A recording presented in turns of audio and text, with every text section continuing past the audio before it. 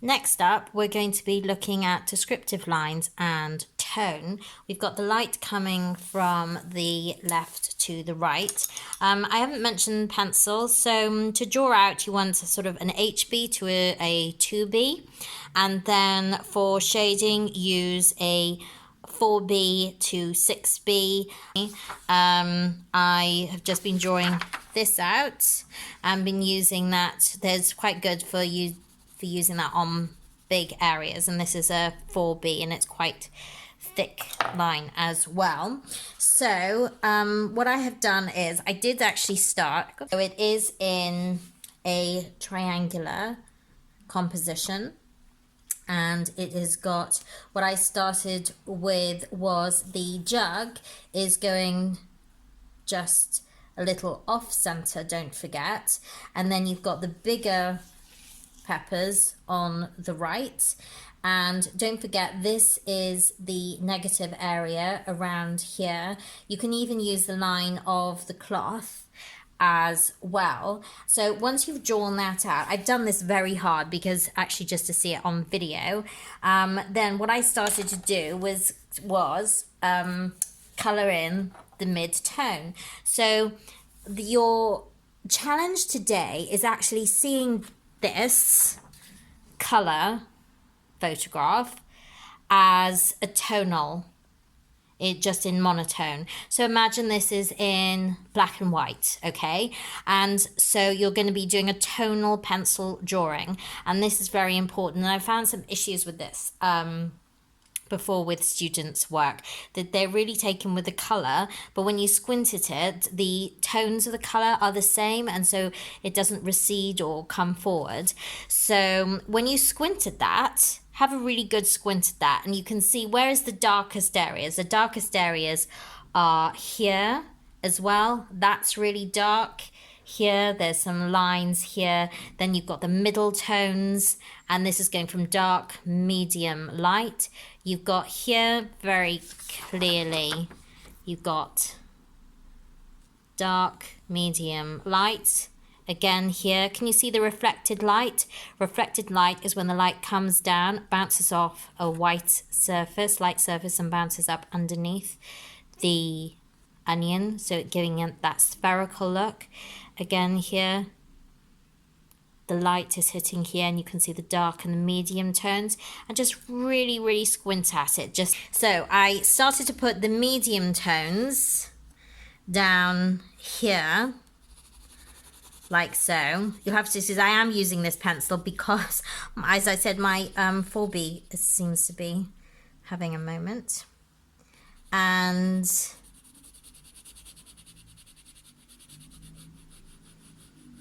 this darkness here. Now, I'm doing something a little bit naughty. You're supposed to be building up from light to medium to dark.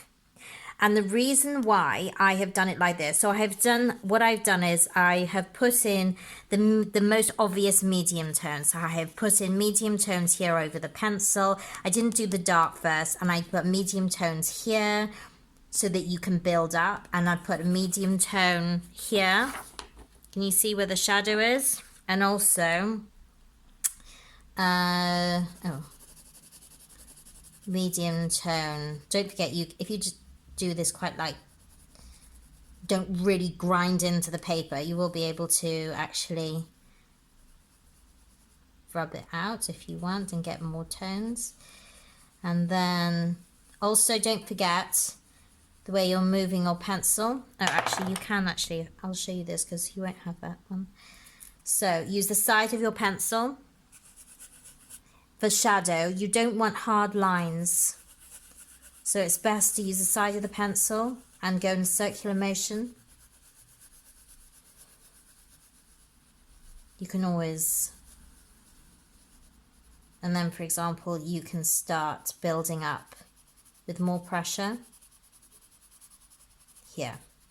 Okay, so the reason why I have started putting on a little bit more dark here and really building up those areas, and here as well is because I want to retain the contrast and remind myself of the contrast. So for example, when you're looking here, you might want to put that down really dark, but actually if you see the jug is squinted it, the jug is darker than the shadow. This is darker than the shadow. This is darker. So that's going to be light, medium, dark. Light, medium, dark. Can you see? Medium, dark, light. You're using the side of the pencil. It will make it feel like, because I'll show you now, the side of the pencil's like, you get a nice softer shadow if you start doing it like this. And yes, a lot of us, there are some artists who have a technique where it's cross hatching and you can build up like that, but for the moment you want it as soft as possible, and just start getting these lines in. And if you get a hard line like this, do you remember what I said? Hard line to medium, but you can see a bit of a hard line here which you don't see here. Just go over with the side of the pencil over the line in a circular movement, and it goes. And then you can use your pencil tip to sharpen that as well. And then you can start. So what I'm just doing here is giving you the parameters. So you've got the light on one hand and the darkest on the other. So and everything else really is in between. So have a go at starting building up those tones first. And then what we're going to do is build it up as much as possible. So as you can see, I've been building up tones. And so we're now going to start sort of finalizing, sorting out the shadows and taking out any unnecessary lines. So first of all, I've started to put in the shadow here and here, but I need to work on it a little bit. And to get that softness, you can always tidy that up again. Take a tissue and soften it. You don't have to go mad. But what I do find with people is, and this is true of drawing and watercolor, that, and I wouldn't actually go into the objects either, just stick to the shadow, is that what I do find is that people tend to make shadows too hard. I know that this bit is hard here, but you know, look, we can actually take out like the negative shapes. I'm actually using a pencil rubber, which I always find quite good for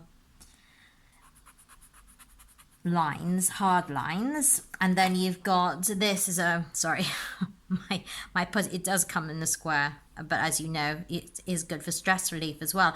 I wouldn't know why that would happen in this period, but anyway, so this is very squidgy, and you can use it almost like a pencil and get a point. And take that way if you want softer lines. So the harder the rubber, the harder the lines. Softer the putty rubber will take out, in fact, and that's different textures. And if you look at the china has different textures, different light. The light affects different textures in different ways. Now, if you look here, the shining of the light and the shadows come down in quite sort of harsh lines here with the china, and where the light really hits, that's the strongest lines, but where it doesn't here, it's actually quite softer as well. Also, where the light hits here, there is a little bit of shadow underneath the lip, but here it hits. So what I've done is I've given this shape by bringing these lines right to the edge, but I'm actually going to take this out completely. Notice this here, this is quite a good trick. When you're actually doing a pencil drawing or watercolor or any actually painting, you can actually, if you want to focus on this as the focal point, but you don't want the eye to go all over, you can leave these as partly drawn. So that I'm going to leave as partly drawn. That you can see is going to be partly drawn. You know, you can just take out the lines here where that's hitting, or the stalk. And also don't forget, I mean, you can see my hand. When you're going across, of course, you're going to get mucky and you're going to mess this up. I am terrible for doing this, but one way of doing it is just to put, I never remember, put a little tissue underneath your hand when you're going over, and you want to clean this up. What we're doing is we're getting the light and the dark, we're getting the character. So you've got the sharper lines here on the jug. I'm going to work on that a little bit more. It's quite softer on the peppers, apart from here around core. And then you've got this, there's not a lot going on with this mushrooms. I'm going to clean those up. I'm not going to do a lot here, actually. You don't have to paint or draw in every single object. And in fact, if you find this a bit much, and I will put this on the details of the instructions, you could just do a little bit. You know, you don't have to do all of it. You could just do, say, that bit. You know, you don't have to do every single bit, because really it's just a tonal exercise. Last bit, the light seems to be going. So I've taken out this light, sort of more of the shadow here, so it's lighter. And I've got this 6B, and I've really started to go into this, really build up this jug here, I should say. And so, but not to lose all the lighting, but just accents is the word I'm looking for. And really squint, and don't overdo it with the 6B. I can see it. So really squint and see where the darkest this is. There's sort of lines along here, isn't there? And so I've started to put the contour lines down here, and there's those jaggedy, I like those little bits of detail. And so you can follow that contour down using the sides of, and just build up with pressure slowly, leaving those bits of reflected light, but making sure that this mushroom is brought out. Can you see it coming up slowly now? But this bit is where the light hits, so you really don't want to